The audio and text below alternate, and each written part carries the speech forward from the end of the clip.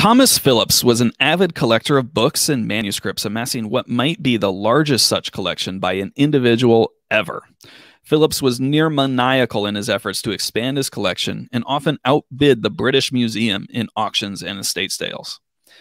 At a Sotheby's auction in 1861, a particular manuscript caught the eye of a fellow lover of old books, a Frenchman named Paul Meyer. But Meyer was unable to secure the manuscript against Phillips. When Phillips died in 1872, Meyer sought to find this manuscript and finally tracked it down in 1880. Throughout the 1890s, then, Meyer's updated translation of The History of William Marshall was made public. This poetic biography gave scholars much more information about the life of William Marshall and, to our knowledge, is the oldest surviving biography of a, quote, regular man in Europe. William Marshall met his first king of England at the age of 5 when he was taken hostage by King Stephen during the anarchy. His father, John Fitzgilbert, had been a loyal knight of modest status to King Henry I, holding the office of Marshal of the Horses. John ended up siding with Empress Matilda, and after a loss in battle, young William was taken into custody as a hostage. His fate was to be slung from a trebuchet, but King Stephen intervened and commuted the boy's sentence. William survived the anarchy, and as a son of a minor noble, he had no inheritance to speak of. He went into the service of a household in Normandy, learning to be a knight. It is in the 12th century when knights evolved from thuggish brutes into the model of chivalry, and William Marshall is one of the quintessential examples. As a young man, he came into the service of Queen Eleanor for 2 years after nearly losing his life while defending her. He then caught the eye of the king and was placed in the household of Henry the Young King. The two gained fame as champion knights in the burgeoning scene of medieval tournaments. William then served in King Henry II's household, and upon his death served King Richard the Lionheart. William Marshall was then not just a knight and a military leader, but a leading noble and aristocrat. He served under King John, and after the death of King Richard, along King Henry III after the passing of John. Marshall served 5 kings in his illustrious career and was saved by a child by a 6th. He's not a mere footnote. We have discussed the notions of the great man theory versus the theory of trends and forces as we study history. As our story unfolds today, it's difficult to argue against the notion of William Marshall, a man who was never king and came from relatively humble beginnings, of being a great man who singularly shaped history. Welcome to the History of Modern Politics. My name is Chris Spangle. The voice you heard in the cold open is that of Matt Whitliff. And today we are finally getting to the Magna Carta, one of my favorite topics, a topic I wrote a paper on in college last year. I'm still in college, which partly inspired this podcast. Now in this episode, we're going to cover just 50 years of history, 1162 to 1225. And there's a lot going on and so many great stories. You're going to want to check out the reading list if you're a member of History of Modern Politics Plus, because there's many great short books on the Magna Carta, like by David Starkey or Dan Jones. And if you're listening to this podcast, you have almost certainly heard of the Magna Carta, but we're going to focus on the why and how aspects of the charter and less about the what, because we often think of the Magna Carta as this big founding document of American history, and it's not quite a founding document of anything. It was just a list of grievances, but we'll get into that and we'll talk about how it happened. But you mentioned the great man of history theory and the trends and forces theories. Can you explain those two things for us? Yeah, I mean, for a long time, historians, I mean, these theories of history evolved in like the 19th and 20th centuries. But the great man theory is the notion that, history is shaped by great men, right? Julius Caesar, Henry VIII, etc. And, these singular figures are really what shaped and moved history and tells the story of history. The trends and forces theory is later 20th century emerging as a counterbalance and counterpoint to the great man theory, which is focused more on the fact that, history is just the assemblance of a whole bunch of things kind of all happening, trends and forces. And, it doesn't necessarily need to be shaped by one great man.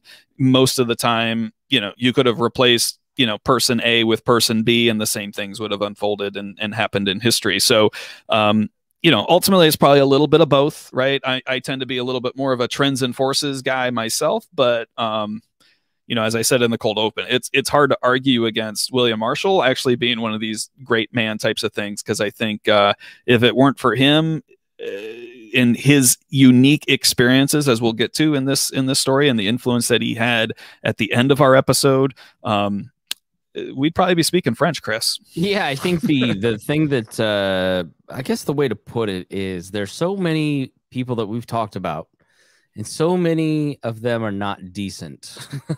Now, we're going off of William Marshall's biography, stewarded by his son. So, you know, take that with a grain of salt. A lot of what we talk about, we have one window from one book by one person into all of this stuff. But, you know, William Marshall cared about the general population and wasn't corrupted by money and power, it seems like, and kind of helped tip things in a more stable direction. And we see in our own times how few people are willing to tip things in a stable direction.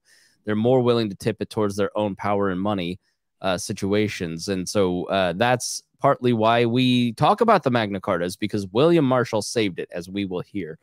Now, we left off in the last episode with the appointment of Thomas Becket as Archbishop of Canterbury. So who was Thomas Becket, appointed in 1162 by King Henry II to one of the most impactful kings in British history? Becket was of Norman descent and born in London around the year 1120. And during the time of the anarchy, Becket came into the household service of Theobald of Bec, the Archbishop of Canterbury. Another Norman we should mention played a central role in negotiating the peace treaty that ended the anarchy and installed Henry Fitz-Empress as the presumptive heir to the throne. Becket traveled to Italy and studied canon law and the law of the Catholic Church and became one of the Archbishop's trusted leaders. Now, in 1155, Theobald recommended Becket to King Henry II for appointment to the post of Lord High Chancellor. As this is a political history podcast, it's important that we briefly cover these emerging roles in what is known as the great officers of state. So why don't you walk us through these roles, Matt? Yeah. And actually, I think just a reference, you talked about how important Henry II was in establishing this structure of government. Like, this is all now beginning to really emerge and solidify under King Henry II. So we've talked before about the notion of the royal household or the royal court. In effect, this is the apparatus that operates the day-to-day affairs of the state under the direction of the king. Now, the Norman kings had began to create these into more formal offices due in large part to their consistent habit of not actually being in England and requiring to have a government to function when they are away. So the first of these roles is the chief justiciar. So in the 12th century, this position was more or less the second in command to the king. This role emerged as overworked sheriffs, and the word sheriff, I don't know if you know this, is emerged from shire reeve. If you remember, a reeve is the kind of top representative of royal justice in a county, which was called a shire. So shire reeve eventually evolved into sheriff. They were given support by royal justicers. And then the chief justiciar could sit in on behalf of the king to dispense justice when the king was either overworked, away on business, or in some cases simply didn't care about doing the job. Think like William Rufus, right? King Henry II employed two co-chief justiciars, Robert de Beaumont, the Earl of Leicester, and Richard de Lucy. De Beaumont also held the title of Lord High Steward. This office was largely ceremonial and split away from the chief justiciar, as the Earls of Leicester then held the title in hereditary title for the next 2 centuries. The chief justiciar was more administrative and actually became defunct in 1263, later merging with the title of Lord High Chancellor, which we'll get to in a bit. So the next role is that of the Lord Great Chamberlain. In 1399, a separate role of Lord Chamberlain split from the Lord Great Chamberlain. In the 12th century, this holder of this office acted somewhat like a chief of staff to the day-to-day operations of the household by determining who could meet with the king, managing access to the more private quarters of the king's palace, and overseeing royal events. This role was held by Aubrey de Vere, Earl of Oxford, during the reign of King Henry II. So next we have Lord High Treasurer, which began to evolve early in the reign of King Henry I, and the Treasury became known as the Exchequer. Maybe you've heard of the Exchequer. And this is due to the large table which was used to manage accounts and perform calculations and its resemblance to a checkerboard. This office later extended into the Chancellor of the Exchequer, which of course survives today. Henry II appointed his grandfather's Lord Treasurer, Nigel of Ely, as his own. Nigel was then followed by his son, Richard FitzNeil, shortly into King Henry II's reign. The roles of Lord High Constable, Earl Marshal, and Master of the Horse were interrelated and all had to do with matters of the military. The Lord High Constable oversaw the royal armies and administered martial justice alongside the Earl Marshal. The Earl Marshal oversaw the royal guard and stables. Eventually, the Earl Marshal became the head of all military matters, leading the Lord High Constable as a ceremonial position. John Fitzgilbert was the first Marshal of the Horses, serving under both King Henry I and II. William Marshal took the role in 1194 from his older brother, also John, and elevating the title to Earl Marshal upon his entry to an earldom in 1199. And finally, we have the Lord High Chancellor. This role was almost always been unified with the other role, Lord Keeper of the Great Seal. This was an important role due to its singular ability to authorize documents on behalf of the king via the Great Seal. Documents would be secured with the wax imprint of this Great Seal, and the only way to know that communication was truly from the king was the presence of this seal, and only the Lord Keeper could provide this legitimacy. So Thomas Becket served in the role of Chancellor and became a trusted ally of King Henry II from 1155 to 1162. He was more than just a trusted ally. They were friends. Yeah. And King Henry II often liked to appoint people that he could, that were malleable to positions so he could maintain total control of the realm. And when the death of Theobald of Bec happened, King Henry II nominated Becket to be the next Archbishop of the Canterbury, thinking, hey, I got my bro in this position. I'll be able to influence him. So he was affirmed and installed by the bishops of England, and the king thought he now had an inside man in the ongoing battles between the secular and ecclesiastical authorities. But he would be mistaken, as Becket turned his energy and ambition into reestablishing the powers of the archbishopric. In 1164, King Henry passed the Constitutions of Clarendon, which had the primary goal of ensuring that members of the clergy who committed secular crimes would be tried in royal courts instead of ecclesiastical courts. Becket resisted and ultimately had to flee and exile to France. Becket went from his party friend to a pious individual who was seeking power.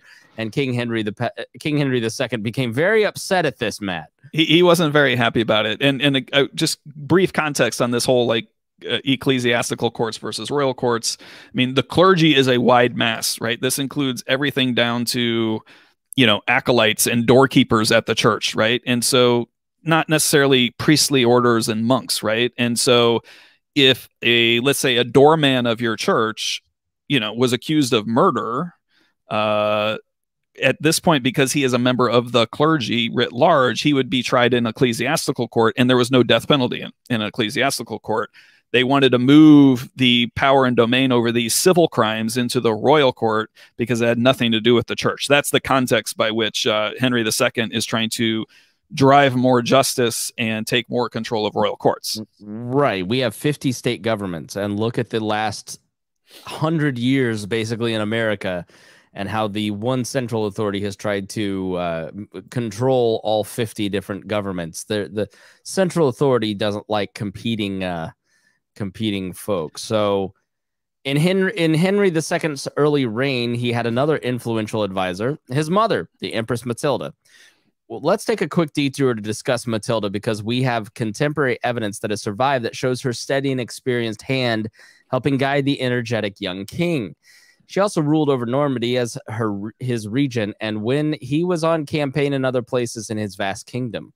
As the battle between Becket and Henry II continued on, we have a surviving correspondence between the Empress Matilda and Thomas Becket in 1165. Now, we're going to take some liberties in updating the prose to more modern English. So tell us what Becket said, and I'll say what Matilda said. Sure. So Becket first writing to Matilda, "You who acquired the kingdom and the duchy for him with so much effort and transmitted your hereditary rights to him in succession should, if you would please, employ the diligence of a mother and the authority of a lady to recall the king to duty." And Empress Matilda replied, Pope Alexander III asked me, in return for the remission of my sins, to interfere to renew peace and concord between you and the king, my son, and to try and reconcile you to him. You as well know have asked the same thing from me, and with my best efforts and intentions, I have begun and carefully considered the affair. But it seems a very hard thing to the king, as well to his barons and councils, seeing he loved and honored you, and raised you to the highest honors in the land, believing he might trust you rather than any other, and especially so because he declares that you have, as much as you could, roused his whole kingdom against him, leaving nothing less to do than to disinherit him by the use of force. Therefore I send you my faithful servant, Archdeacon Lawrence, so that by him I may know your intent and what sort of disposition you entertain towards my son, and how you intend to conduct yourself. One thing I plainly tell you, that you cannot recover the king's favor, except by great humility and most evident moderation. However, what you have intended to do in this matter signify to me by my messenger and your letters. So I love that passage. Yeah, it's like Dick Cheney writing to, somebody on behalf of George Bush. Barbara Bush. Right, yeah, right. No, and Barbara's like, listen, man, he put you where you're at, and don't try to undo the king. You better get square here, man. She's got clearly invested in the power, not just like hanging out. She's like, you tell me what you want to do because I'm going to come F you up. So unfortunately, Empress Matilda would die 2 years later while the rift between Becket and the king was continuing on. And Henry II would have his oldest son and namesake, Henry, coronated as junior king in 1170. More on that in a little bit. And have the Archbishop of York do the honors instead of the absent Becket. Becket was, in exile in France. This furthered the divide, Becket taking umbrage with this, and he received permission from the Pope to place England under interdict should Henry not be willing to come to terms of peace. Now, we'll see the power of interdict later in this episode, so it's worth kind of explaining now. An interdict is a sort of temporary general excommunication. If England were to be placed under interdict, there would be no ceremonies or other church actions that could be taken at all. No mass, no weddings, no proper burials, no baptisms, nothing. So you literally are not going to heaven.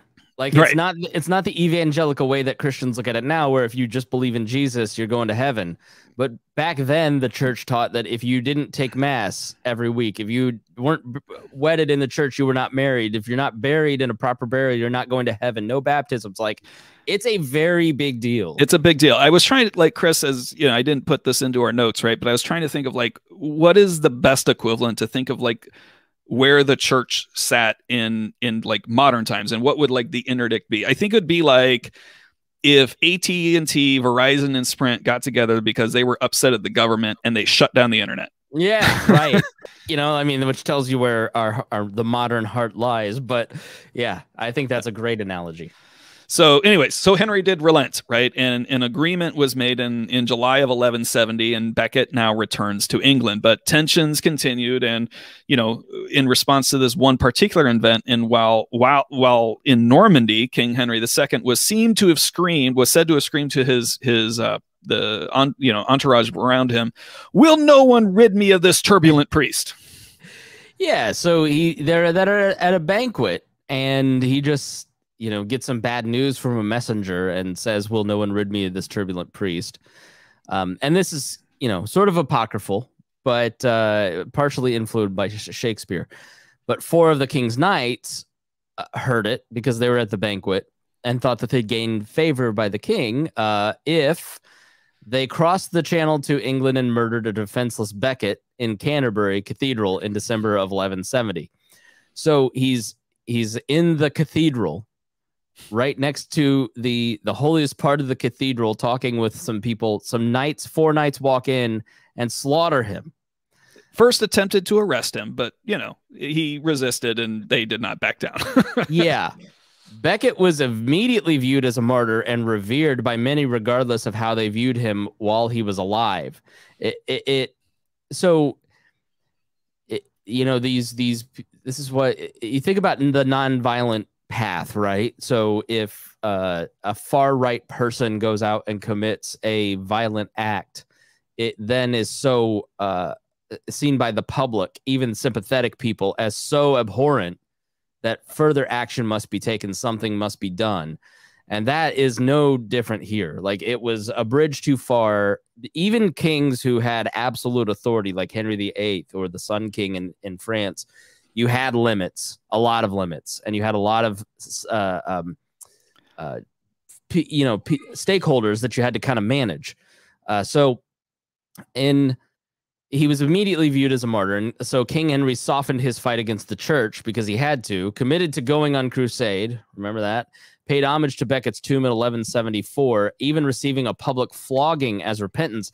At one point, the king walks barefoot like 3 miles or something. 3 miles, in rain, and just is humiliated by the priest to try and gain favor to make up for this, and it wasn't, he didn't do it, but he was seen as having done it. And so therefore he knew he had to, weep openly in public over Becket. And Becket for generations becomes centuries becomes a point of pilgrimage. Yeah. So it is a very big deal in history and English history. So let's go back. Let's go back up a bit.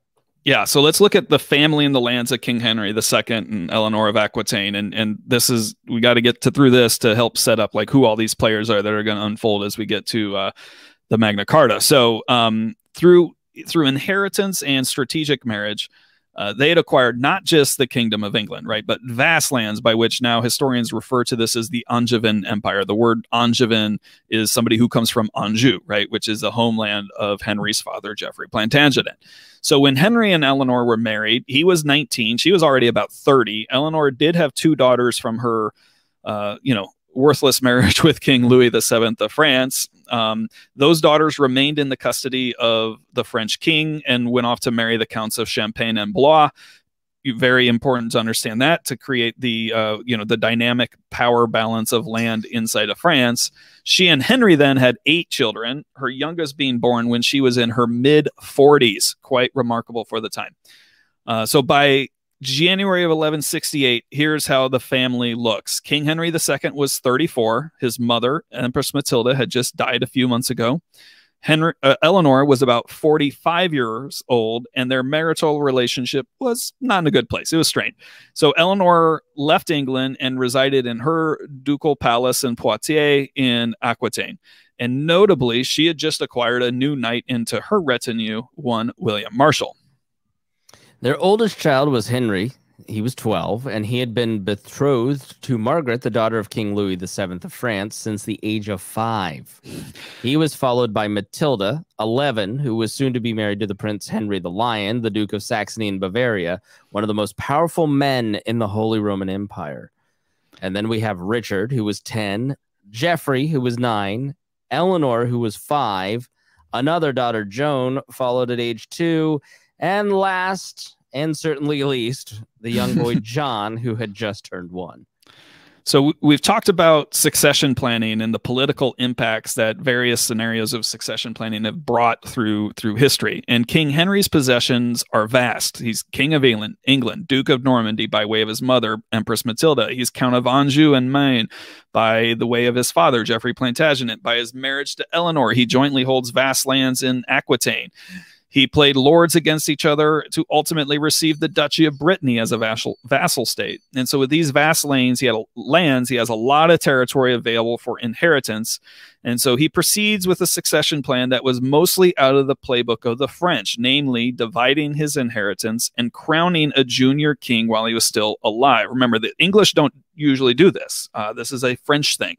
So in 1170, his plans start to come into place. He has Henry crowned King of England. Now his son of 15 is known in history as Henry the Young King. The old king had also begun expeditions into Ireland at this time, gaining even more territory. And William Marshal is appointed to be the tutor in arms to the young Henry the Young King. So Richard was betrothed to another daughter of King Louis VII, Alice, and received the Duchy of Aquitaine. He joined her in 1171 and was made Duke in 1172 at the age of 14. Now, Geoffrey was betrothed to the heir apparent to the Duke of Brittany. John had no inheritance, which gained him the nickname of John Lackland. John was so he at one point inherits Ireland, which was crazy, but an odd story. But yeah, John was always the black sheep, sort of forgotten because he was last in line, which plays into his psychology later. So by 1173, however, a new crisis emerges. King Henry II does decide to give some castles, not some like real land, but some castles to John, which were in the territories of his brothers, who were, despite their young age, very eager at this point to begin rule in their own right. Henry, the young king, decided to lead a revolt against his father and forms an alliance with his father-in-law, King Louis VII of France. They were joined by Richard and Geoffrey, along with many other French nobles, and the King of Scotland, always ready to ally with France and fight the English. Eleanor was en route to join her sons, but is captured by King Henry II's men and placed into captivity in England, where she would remain for over 15 years until the death of her husband. She still had a lot of power. She would use a lot of spies to send out secret messages. King Henry II would emerge victorious and put his children in timeout. And basically complained about his sons all the time, saying, "Oh, they're going to kill me." This applied to the three older boys, as John, the youngest, sided with his father and became his favorite. Again, which is when he was given Ireland and then insulted everyone in Ireland and was kicked out. This applied. In 1180, King Louis VII died, and his son Philip became the king.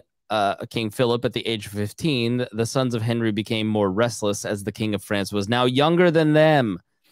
Think of Prince Charles and how ready he is to be king, and now his son's probably going to be king because he's getting too old.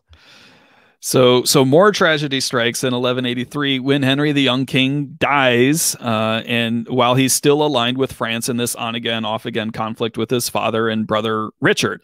Because, while he's also, Richard is sometimes with his father, sometimes he's against it, depends on what he's doing, because all he cares about is Aquitaine at this point. They're all very transactional. What's going to get me the most power and money?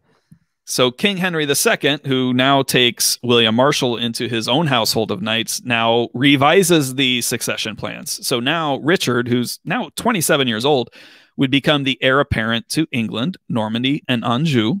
Geoffrey would retain Brittany, and now, Chris, as you've been alluding to, John receives the title Lord of Ireland. This is actually 6 years earlier in 1177. Like, he goes to Ireland and tugs on the chieftain's beard, and then they try to start a war because over insult. It's just like he's a lunatic. He's just crazy. Yeah, he is. But in these new plans that are drawn up, he's supposed to also get Aquitaine. Henry's like, Richard, you're going to get all this other stuff. You don't need Aquitaine anymore. We can give it to John.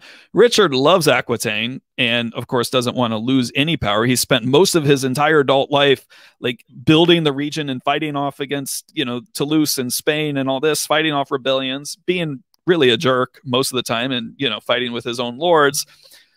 He's pressing his claims and he's refusing to give up, and which leads yet to another family war. And this time it's everybody against Richard. Geoffrey dies in 1186, and Richard goes on to ally himself, even more tightly with King Philip II, even going as far as paying homage to him in 1187. Now in 1187, news from the Holy Land would once again change the geopolitical balance in France. A mighty Muslim leader from Egypt, known in the West as Saladin, has taken Jerusalem, leaving the Christian territories in the Levant in an ever more precarious position. Calls for another crusade swept across England, across Europe, and the Pope used this opportunity to try to broker peace in France and turn the factions away from fighting each other and towards fighting Saladin. Kings Henry II and Philip II, as well as Richard, all took the cross and pledged to fight in this new crusade, which would be known as the Third Crusade. A new tax, nicknamed the Saladin Tithe, was issued to raise funds for the war. King Henry stalled further, pushing Richard towards Philip. Peace was broken. And now, what you have to understand about Richard is he's a total psycho. He's bloodthirsty. He's so ready for a fight. Peace was broken, and Henry made his last campaign into France. Now, he died in 1189 and had learned that even his favorite son, John, had turned against him in his latest conflict, and the news is what broke his heart, and he died. Yeah. Richard That's the story, anyways. Richard would be coronated as King of England in July of 1189 and departed for the Levant the next summer. William Marshal, who would quickly become one of King Henry II's most trusted, now came into the service of King Richard despite nearly killing him on the battlefield months prior. William Marshal's first order from King Richard was to release Queen Eleanor from her long imprisonment. And Richard was always Eleanor's favorite, right? That right. You know, they had that bond of Aquitaine. So now we get into the dynamic of Richard the Lionheart and John Lackland, his younger brother. So Richard's now King of England, along with his many French possessions. His relationship with King Philip II quickly gets a little bit complicated. Now, we've joked about this national pastime of war between England and France in the past, but you know, if you followed our story closely, the conflicts thus far have really been few. The first battles we've seen between the powers really instigated under King Henry I, when territory around Normandy came into question between his barons and those of Louis VI. Now, it's important to recall Normandy is still notionally part of France, and thus it required the dukes of that land to pay homage to the King of France. As the French kings began to gain confidence, remember, they used to be relatively, you know, kind of a weak kingdom, you know, from a central power perspective. They attempted to assert this notion further. So as the House of Anjou came to power through the aftermath of the anarchy, King Henry II has lands all over France by which the French king, wants to be recognized as his overlord while simultaneously being threatened in a very pragmatic sense. So this is the heart of the Anglo-French conflicts that really now go for centuries. So despite Richard and Philip becoming, you know, very good friends and allies, it quickly becomes full of spite as Philip looks to Richard to remain subordinate to him, even though Richard now has all the real power. And this is even more complicated because Richard refused to marry Alice, to whom he'd been betrothed since, like, what, 5 years old or some craziness, you know, who's the sister of Philip. And Richard was never really enamored with this match. And it's rumored, and probably true, documented, that Alice had been taken as a mistress by his father, Henry II. So imagine you're going on a road trip with a guy you hate. And you're both kings. So this is the stage as these two kings are about to go on the Third Crusade, where they, according to the laws of the church, had to be allies and have peace between them and all their lords back home. It was a crime to the church to attack a man or his property while on crusade. Now, this leads to a lot of undermining. The first piece we need to briefly discuss takes place in Sicily. If you recall from our last episode, the Normans conquered Sicily in 1096. A kingdom was established in 1130 under Roger II, the son of one of the many Hauteville brothers. Now, fast forward to 1177, the king is now William II, grandson of Roger II, and he is married to none other than Princess Joan, the daughter of Henry II and Eleanor of Aquitaine. Joan is just 12 years old at the time of her marriage. Whew. As Richard became king, William II died, leaving Joan a widow. Now, bear with us. This gets a little deep, but it lets us introduce a famous name of history, a funny nickname, and actually ties into key parts of the story. The Third Crusade was supposed to be bigger than any crusade prior. Not only were the kings of England and France personally leading armies, but so was the Holy Roman Empire, Frederick Barbarossa. You may have heard of him. He reigned as emperor from 1155 until his death. And his death comes while he is in transit to the Holy Land in 1190. While he was on his way, his son Henry VI, an heir apparent, stayed back in Germany with his wife Constance. Constance is William II of Sicily's aunt and has been named heir to the Sicilian throne in 1189, but she was stuck in Germany with her husband. Understand the other dynamics here, that the papacy is very nervous about the situation because they had used Sicily as an ally in their political and military battles against Barbarossa, who was still fighting the investiture controversy with Rome. So unifying Germany with Sicily was not what the Pope wanted to see. So a cousin of William II named Tancred uses the power vacuum to seize power and claim the throne for himself. He imprisons Queen Joan, again, Richard's sister. You can only imagine this did not sit well when he arrived in Sicily on the way to the Levant in 1190. Tancred was not well liked, and due to his short stature was nicknamed, unfortunately, the Monkey King. Negotiations ensued. When things didn't go his way, Richard and his army attacked the Sicilians. Always ready for a fight. They show up to Sicily ready and it's a bloody battle. And Richard does things in the battle that are like horrifying because he's a total psycho. Now, one more piece of the puzzle before we cover the peace terms. As we mentioned, Richard was not keen on marrying Philip's sister, Alice, with whom he had been betrothed for many years. Queen Eleanor, now about 68, embarked on a diplomatic mission through the Pyrenees mountains south of Aquitaine into the Spanish kingdom of Navarre. Here, she negotiated for the betrothal of Berganaria, the daughter of the king. This illustrates Eleanor and Richard's focus on the southern borders of the empire near Aquitaine and seeking to create a buffer against intrusions from Spain.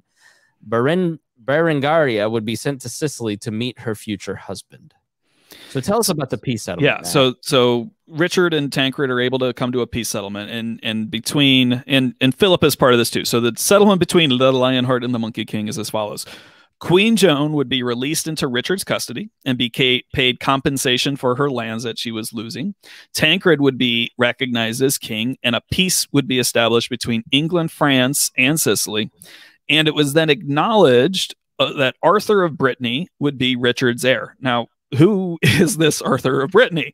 Arthur is the oldest son in the traditional line of succession under the rules of primogeniture. He is the son of Geoffrey, Richard's younger brother, and he's just 3 years old right now. But this is an obvious slight against Richard's younger brother, John.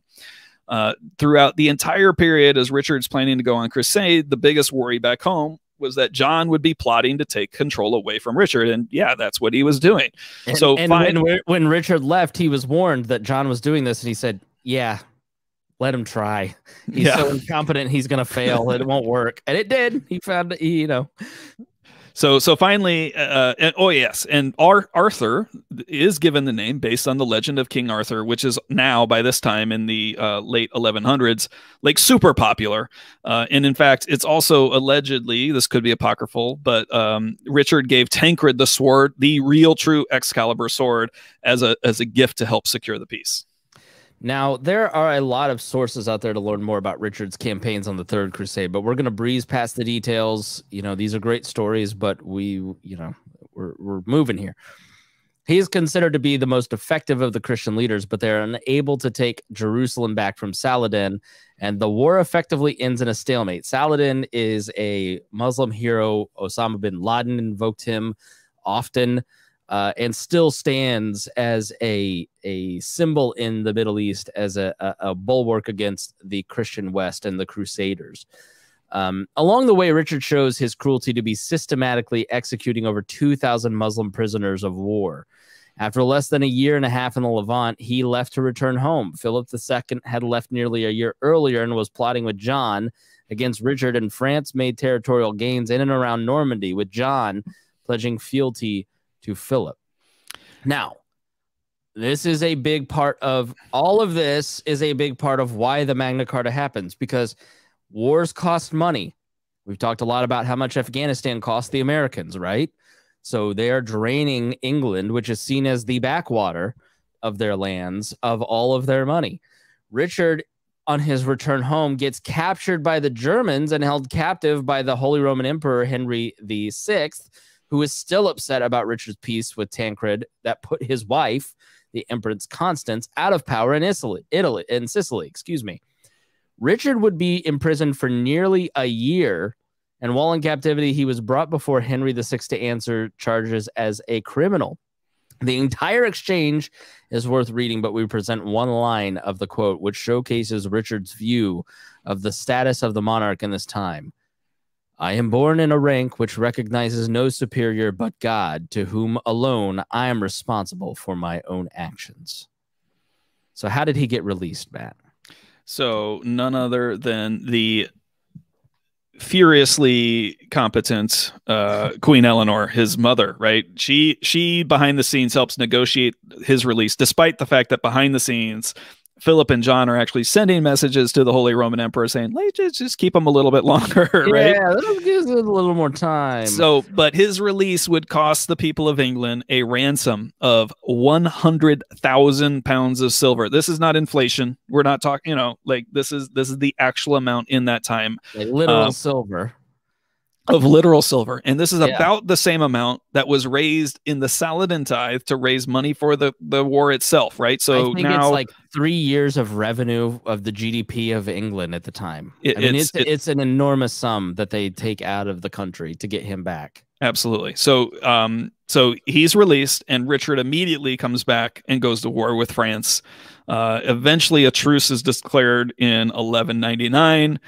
Richard moves south in this temporary peace to go defend some of his lands in Aquitaine, and is struck by a crossbow arrow in a vulnerable spot in his armor.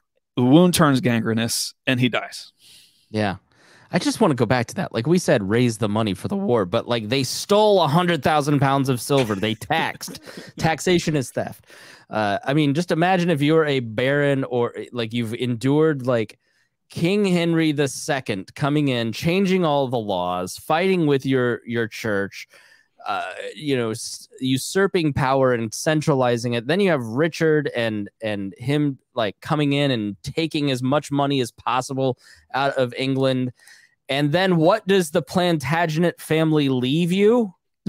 With the wonderful King John. King John, who is like, if Donald Trump were president, but high on cocaine every day of those 4 years. Like he is that dysfunctional, but with Joe Biden's confusion, like it's just all right. So and young and like 30, 40 years old, right? Energy of a 44-year-old. It cannot be understated how terrible John is. Like he isn't as violent and deadly as Richard, but he's not effective. So he's just like, he's just petty, right? Like I don't know how to put it other than like I actually at multiple times in putting the notes together, like had to look up synonyms just to try to come up with the right words to describe I guess John. The way to put John is Trump is a great way to kind of explain it to people, because John, the way that Trump's style offended the modern political establishment is the way that John read to the political establishment of that time. He was just kind of a joke to them, but then he gets power and he just acts like John. So with Richard dead, a question of succession now is raised, because Richard had named Arthur, now 12 and Duke of Brittany, but a hostage of Philip II, as his successor in Sicily. But there are reports that he named his brother John to be successor while on his deathbed due to Arthur's age and presence in the French court. So Queen Eleanor, and most notably, including William Marshall, supported most of the nobility supported John despite his past treachery, and he was coronated about a month after the death of King Richard. So, John had been kind of the, like the party princes that you kind of read about, or like the 18th in line of succession in England, who's just partying all the time and having a great time and insulting everybody. And then that guy becomes king accidentally. That's sort of what happens. So everybody in the nobility is like, this is a bad idea. But what else? What choice do we have? What else? The institution of kingship had to be protected in the minds of people like William Marshall. Even if we get a bad king, even if we get a bad president, we've got to protect the norms. So King John immediately moved to regain territory in France and fend off any loyalty that may exist for Duke Arthur. The next 4 years would see the death of Queen Eleanor, who was kind of a, in bowling of the bumpers. The death of Duke Arthur, quite possibly murdered by John himself, because he gets him back and it's taking him back to England. Oh, he'll be safe in my custody, and then ends up in a bog. And the loss of Normandy to Philip II. John Lackland would now have the name John Softsword because he continually lost in battle. King John met a new enemy in 1205. The Archbishop of Canterbury died, and a new one would need to be appointed. Now, John had a preferred candidate, but it was an awful, dumb choice. But Pope Innocent III would have none of that, asserting papal authority to oversee such appointments. The Pope had his candidate, Stephen Langton, consecrated in 1207, and John's refusal to acknowledge him led all of England being placed under interdict in 1208. Pope, so instead of threatening it like in Henry II, they actually instituted it. Yeah. So the internet is shut down. So now you've got a guy who's just lost all the lands. You've lost the ability to go to heaven. You're broke, and you're under odious laws in the last 20 years. So the barons are starting to get mad. So Pope Innocent III was one of the most assertive and powerful popes of the era. He was well-educated, steadfastly believed in the Gregorian reforms, and re-energized the notion of crusade, expanding it to justify holy war beyond the Holy Land. The interdict would last until 1213, when King John decided to swear fealty to the Pope, agreeing to pay an annual tribute, placing England as a feudal fief to the Papal States. Now, one thing you need to understand about during the interdict, Pope John became an enemy of the church by stealing as much silver and possessions out of the church as possible to make up revenue.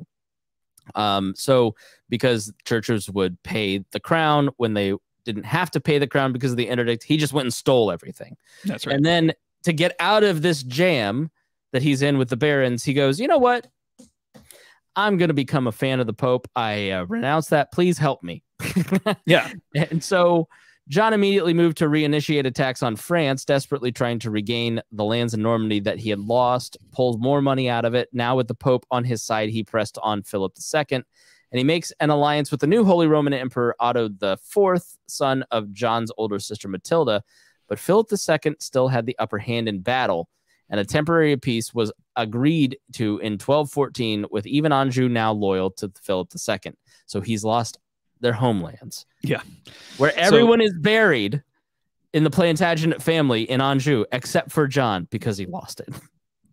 So, we've got decades of wars with France, crushing taxation, duplicitous and tyrannical nature of John himself leads finally to a group of barons, mostly minor lords actually, to begin to rise up and organize against John. So let's kind of cover some of this. The wars in France were expensive.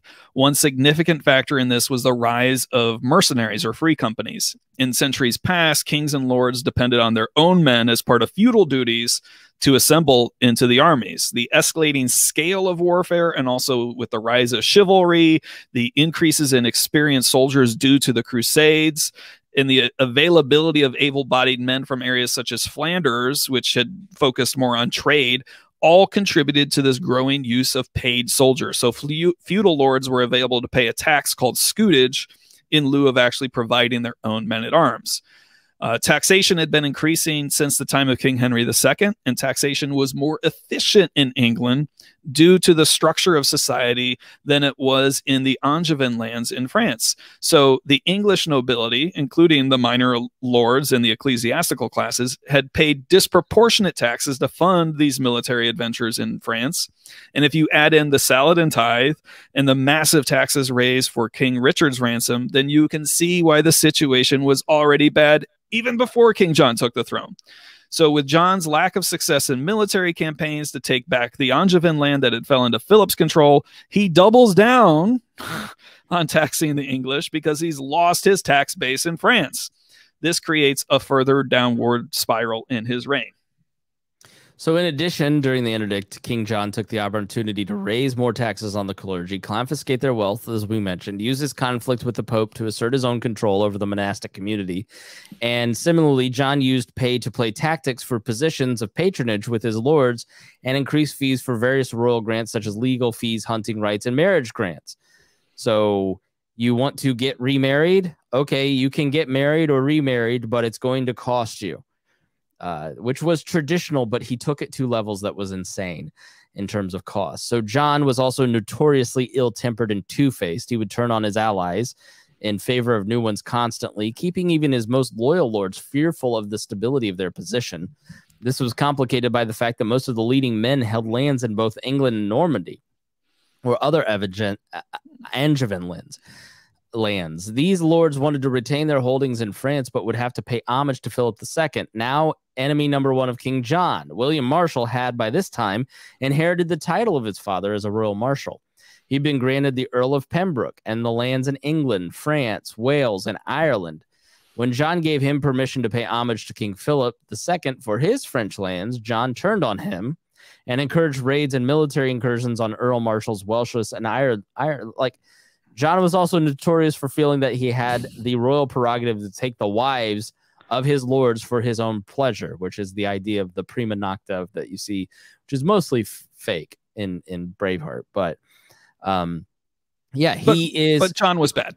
Yeah, like, so he says, oh yeah, go ahead. Like, William Marshall is this nice dude trying to be nice with everybody, and then, yeah, go ahead, do that. Oh, you did that? I'm mad at you. Now I'm going to declare war on you. And then sleeping with daughters and wives of all of these barons, it became too much. And for one of them, it was an alleged assault on his daughter that led him to mobilize, and that was Robert Fitzwalter. So in January 1215, he gets together a group of barons and planned to depose John of the throne. King John stalled to buy time, but he knew that he would have to negotiate when the rebel barons occupied London and gained more support for their cause. If you held London, then you held the entire country.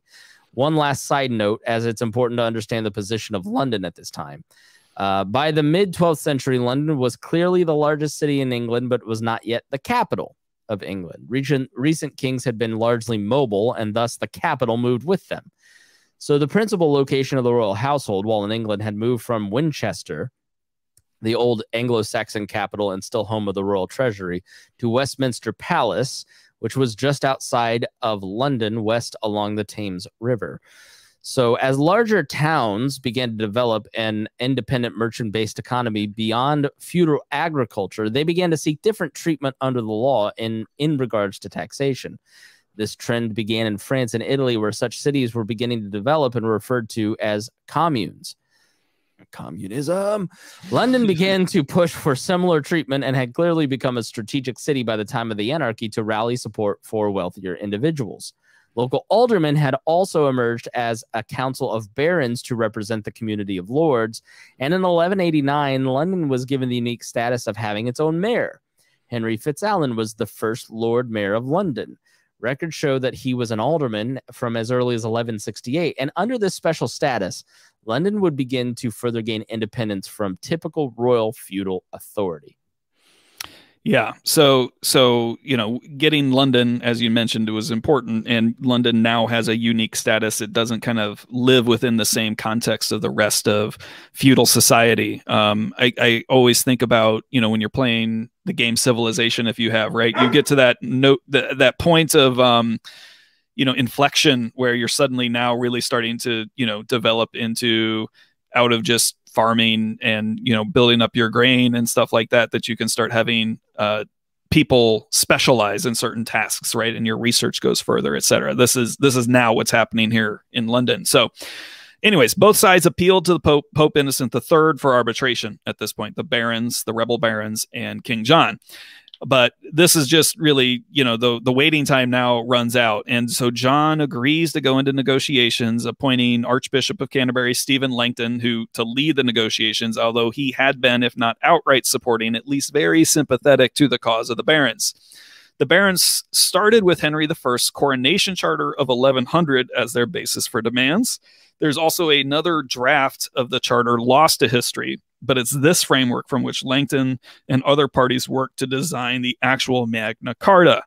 The Magna Carta was then reluctantly agreed to by King John, but issued under his royal seal on June 15th, 1215, after the negotiations concluded at a location between London and Windsor Castle known as Runnymede. So if you hear people talk about Runnymede every once in a while on like Monty Python or other British humor, you'll hear, Runnymede reference, and it goes back to this negotiation for the Magna Carta. It was seen as a place where there had been many different meetings because it was a wide open field near London that you couldn't get caught there, basically. So it was always a place where people would meet and negotiate things. So now it didn't actually happen in the field. You had different camps and castles and all that kind of stuff. So now there's no real point in getting into the details of the Magna Carta because we'll cover some in the next episode, and a lot of them are very specific to that time, like weights and measures. However, the most controversial and baron-friendly clause was number 61, the so-called security clause. Key portions read, "We give and grant to the barons the following security. The barons shall elect 25 of their number to keep and cause to be observed with all their might the peace and liberties granted and confirmed to them by this charter. If we transgress," we meaning the king, "transgress any of the articles of the peace or of this security, the 25 barons may distrain upon and assail us in every possible way, with the support of the whole community of the land, by seizing our castles, land, possessions, or anything else saving only our own person and those of the queen and our children, until they have secured such redress as they have determined upon. We will not seek to procure from anyone, either by our own efforts or those of a third party, anything by which any part of these concessions or liberties might be revoked or diminished. Should such a thing be procured, it shall be null and void, and we will make at no time use of it, and either ourselves or through a third party." So in other words, they appoint a body of 25 barons to watch the king, and if he messes up anything, they're going to take his castles, his land, his possessions.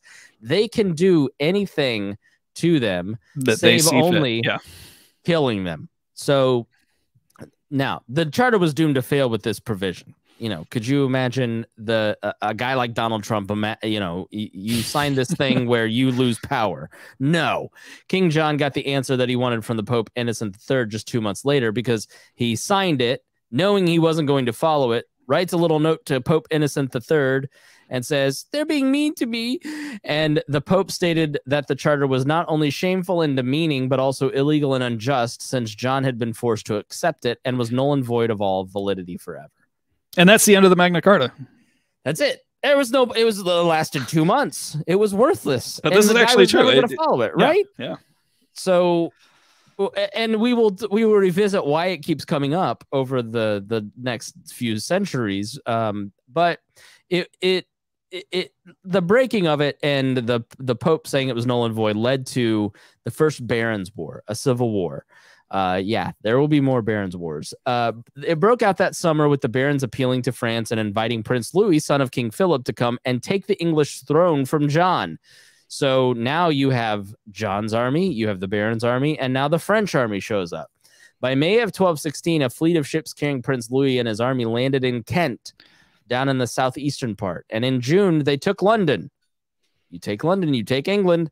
Now nearly surrounded, paranoid, and giving into his excesses, King John contracted dysentery and died in October 1216. King John's oldest son was Henry, just a 9-year-old boy. The nobility now had a decision: pass the crown to the 8-year-old Henry or place the French prince on the throne. It should be noted that John used to travel with tens of thousands of barrels of wine and basically drank and ate himself to death. And, you know, was his own worst enemy. So now here we are, Matt. Yeah, we got William Marshall. What do we choose? He's remained part of the royalist forces. He is still, you know, bless him, trying to hold the tradition of the kingdom together and fighting for the royalists against the barons. He is named the protector of young Henry. And the church still backs the royalists, importantly, because they kind of have to, as England, after all, is a fiefdom of the Pope. Yeah. So the church backs the royalists, which allows for the coronation of King Henry to happen in late October. After all, the church has to coronate the new king. Sorry about the dog there. The Magna Carta was then edited and reissued with the security clause being one of the key provisions stripped from this new charter. So when King Louis, when Prince Louis of France returns to France to get more reinforcements, the papal legate, the diplomat with the ability to speak on behalf of the Pope, declares the royalist cause to be now a crusade. As, after all, the barons were attacking the King of England, a feudal vassal to the Pope. This now starts to get some barons to defect due to both William Marshall's reputation, the reissuance of a Magna Carta, and the position of the church. So by the spring of 1217, Marshall is now leading a resurgent royalist force into victories against the French and the remaining rebel holdouts, leading to a truce, final peace negotiations in the summer. Yeah, and so this war is now over with the Treaty of Lambeth in September of 1217.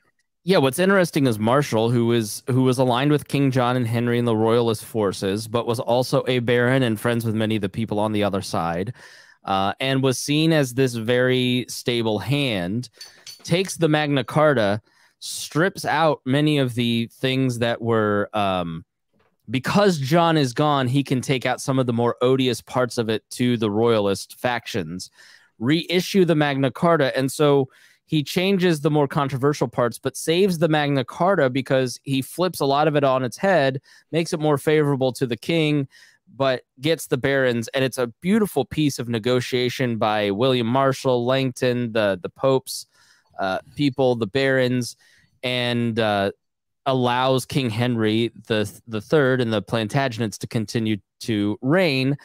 Even though there's a civil war, they're led by Marshall acting as regent. So Marshall would die in 1219 at the age of 72, and King Henry II would be, or the Third would be coronated again in 1220 and reissue the Magna Carta of his own free will in 1225 as young king ruling in his own right. And the Magna Carta would be reissued many times to come. And so many of the copies, I think the 1225 reissue is the one that I saw in Washington, D.C., maybe. These get issued and placed in churches. I think, the cathedral in Lincoln has one, and that's the one that maybe they loaned to the U.S. So, yeah, it's a brilliant move by William Marshall to kind of save all of this and sets the precedent for the 25 barons, for barons controlling the king and having a greater influence. And it's not just the king alone. He now has to submit to the will of his barons, and you get the groundwork for Parliament, Matt. Yeah, and this will really set the stage and put these principles into the test as King Henry III's reign continues, which we will begin to cover in the next episode. And of course, we will get the Second Barons' War. We won't tell you yet how it happens, but the development of law and Parliament really starts to solidify here through the rest of the 13th century under King Henry III and then his successor, King Edward I. Yes, only three parts of the Magna Carta still exist in English law of the 63, but it's an important step that we will discuss in episode 11. And we thank you so much for listening to the History of Modern Politics. My name is Chris Spangle. That is Matt Whitliff. Thank you, Matt. Thank you. Matt is the sung hero of this podcast for doing all the research and really kicking butt on it. So I want to thank him. Thank you. Specifically, thank you to our listeners. Thank you to all of those who support us by signing up at History of Modern Politics for $10 a month to get all of the goodies like the outlines and the reading lists and the video and way early release and no commercials. It's a great deal. So you can support great history like this podcast, as well as the work that we put into this. And we thank you so much. So if you're getting value out of this, we would definitely encourage you to please go sign up at historyofmodernpolitics.com and give value back for the value that you get out of this. So thank you so much for joining us. We will see you again in 2 weeks.